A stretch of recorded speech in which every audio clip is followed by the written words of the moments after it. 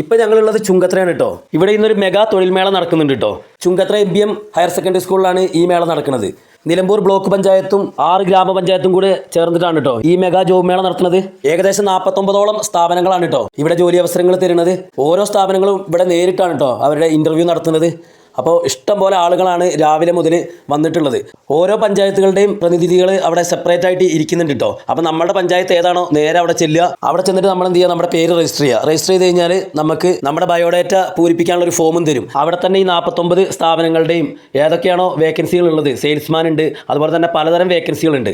അപ്പോൾ അവിടെ അത് കറക്റ്റായിട്ട് എഴുതിയിട്ടുണ്ട്. ഫീമെയിലിന് മെയിലിനുള്ള സെപ്പറേറ്റ് ആയിട്ട് കറക്റ്റായിട്ട് എഴുതിയിട്ടുണ്ട്.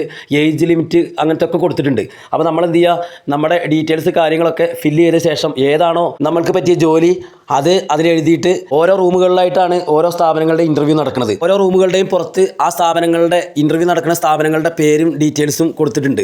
അപ്പോൾ നമ്മളെ നമ്പർ നോക്കുക. നമ്പർ നോക്കിയിട്ട് നേരെ എന്ത് ചെയ്യുക, നമ്മൾ ഇൻ്റർവ്യൂ ഉള്ളിൽ ആളുകളുണ്ടാവും, നേരെ പോയിട്ട് ഇൻ്റർവ്യൂ അറ്റൻഡ് ചെയ്യുക.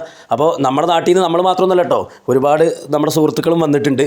അപ്പോൾ എല്ലാവരും പോയിട്ട് കൊടുത്തിട്ടുണ്ട്.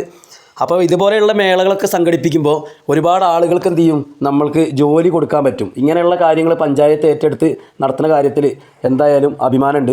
ഇപ്പോൾ നമ്മുടെ നിലമ്പൂർ ബ്ലോക്ക് പഞ്ചായത്തും 6 പഞ്ചായത്തുകൾ, അതായത് മൂത്തേടം, പോത്തുകല്ല്, വഴിക്കടവ്, ചാലിയാറ്, ചുങ്കത്ര, എടക്കര, ഇത്രയും പഞ്ചായത്തുകളിലെ ഒരുപാട് ആളുകളാണ് കേട്ടോ വന്നിട്ടുള്ളത്.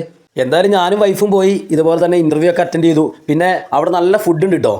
രാവിലെ ചായയും അതേപോലെ തന്നെ ഉച്ചയ്ക്ക് ബിരിയാണി, സാദാ ചോറ് വേണ്ടവർക്ക് സാദാ ചോറ്, വൈകുന്നേരം ചായയും പഴം പുഴുങ്ങിയതും. എന്തായാലും ഞങ്ങൾ ഇൻ്റർവ്യൂ കഴിഞ്ഞ് ഇറങ്ങി. ഇന്ന് പങ്കെടുക്കാൻ സാധിക്കാത്ത ആളുകൾ എന്ത് ചെയ്യുക, ഇനി ഇതുപോലെ ഉണ്ടാകുമ്പോൾ പങ്കെടുക്കുക. വീഡിയോ ഇഷ്ടമായി കഴിഞ്ഞാൽ എന്ത് ചെയ്യുക, ഷെയർ ചെയ്യുക.